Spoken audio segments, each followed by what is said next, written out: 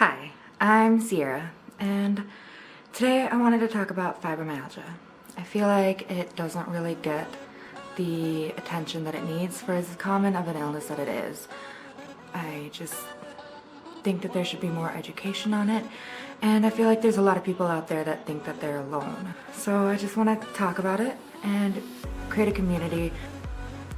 So the first thing I wanted to talk about was what fibromyalgia is. And fibromyalgia is a lot of things. Chronic widespread pain is the biggest symptom with fibromyalgia.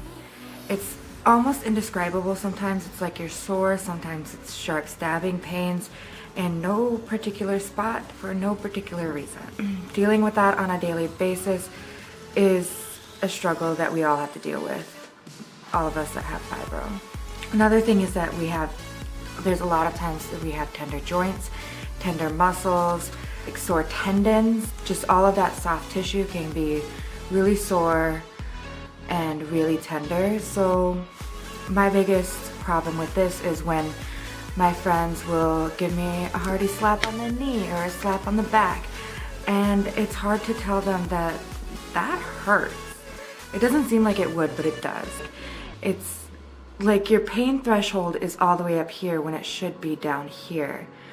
So any little thing that adds to that pain threshold can make it shoot through the roof and make things unbearable when it's really just a minor pain. Another thing that people with fibro commonly have is chronic fatigue and sleep disorders. And those two kind of go hand in hand.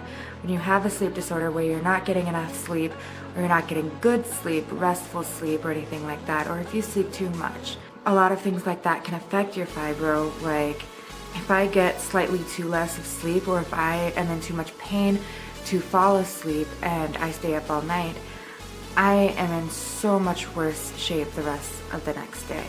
Getting the right amount of sleep and getting good sleep can really affect my fibro flares. And with that, even if I do get good sleep, I will have chronic fatigue where I'm just sitting around and I can't do anything. It's like an elephant is sitting on your body. You can't hardly move and your eyes are just begging to close, and all you want to do is just be productive or do something. But you can't, because it's not as simple as just not being tired. Fatigue is so much more than that, and I don't know how to describe it other than it's just so much more tiring. It's exhaustion. It's your whole body is just begging to sleep when you've probably already slept a lot. I know for me, my biggest problem is either not getting enough sleep or getting too much sleep. And more often than not, I'm getting too much sleep because of my chronic fatigue. I will sleep 12 to 15 hours a day and still be completely exhausted and not want to do anything because I'm just so fatigued. It's more than just being tired. So that's like a little intro to what fibromyalgia is.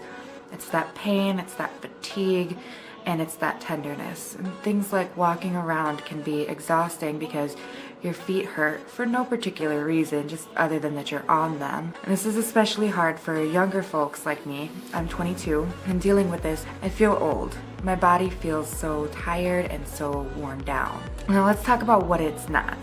With fibromyalgia, there's very little testing that you can do to find out if you have it.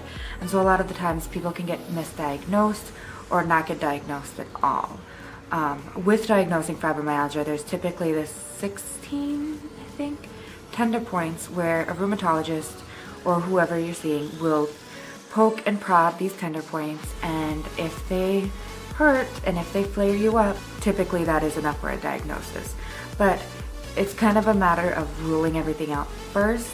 So a lot of things that get misdiagnosed as fibromyalgia is like Lyme disease, hypothyroidism, polymyalgia rheumatica, rheumatoid arthritis, lupus, ankylosing spondylitis, I'm sorry if I say any of these wrong, and any sleep disorders. Speaking of sleep disorders though, when you have fibromyalgia, typically it is very common to have a comorbid condition. Comorbid means to have more than one condition working together to make your body hate you.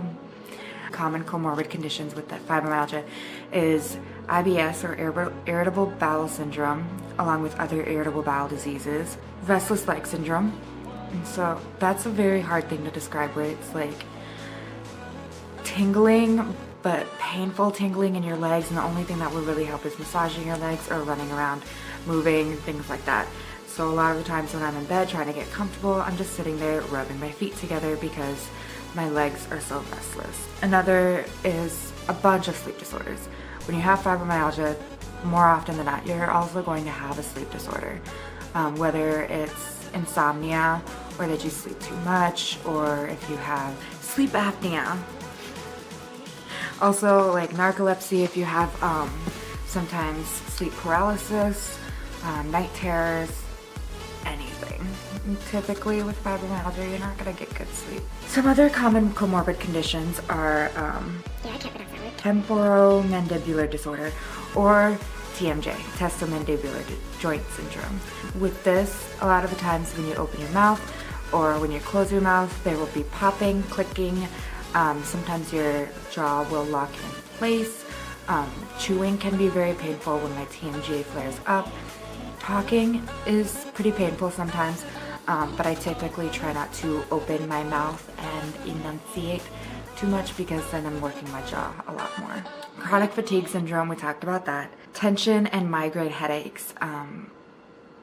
When your body is sore and your muscles are sore, you're bound to get tension migraine. Anything can set those off, and sometimes just trying to rest will set off a tension migraine for me. There's also multiple chemical sensitivities that could happen with fibromyalgia, as well as numbness, PMS, and painful periods.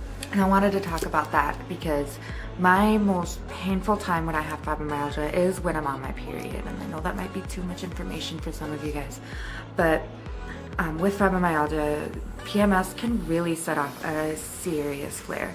I will be in bed for probably about a week, crying in pain. Again, let's talk about that pain tolerance. It's already up here. If you're having cramps, it's gonna set you through the roof, and it'll set off so much pain with PMS. Periods are the worst.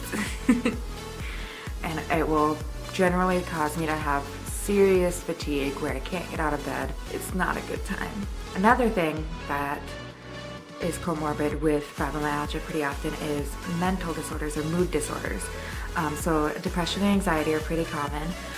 PTSD, I know that a lot of fibromyalgia patients do have PTSD as well, and that's post-traumatic stress disorder. It doesn't really help that when you get diagnosed, you are told that you're going to be in pain more than likely for the rest of your life. That can definitely cause a lot of depression, and I know that for a while I had to grieve who I was, because I know that I wasn't going to be able to do the same things, not as often at least. And with the anxiety at going out in public, knowing that at any moment you could have some muscle spasms that will happen in your feet, it could cause you to fall down, or just being around people in general who won't understand, or who might accidentally touch you in the wrong way that will be painful. It can be very stressful and anxiety inducing. Living with fibromyalgia isn't easy. I'm still learning how to deal with it, and I know that it's a constant learning process, but I just want to make sure that nobody feels alone. My family and I are really close. My mom and I are really close. We talk on a daily basis. My dad is always here for me. He's very supportive of me, even though sometimes he doesn't understand. I also have a fiance, and she is so supportive of me, no matter what happens, no matter what I do, or anything that I can't do specifically. She's always there for me. She's always taking care of me. But it doesn't help making that loneliness go away, knowing that people are there to support you, because nobody there is there that understands.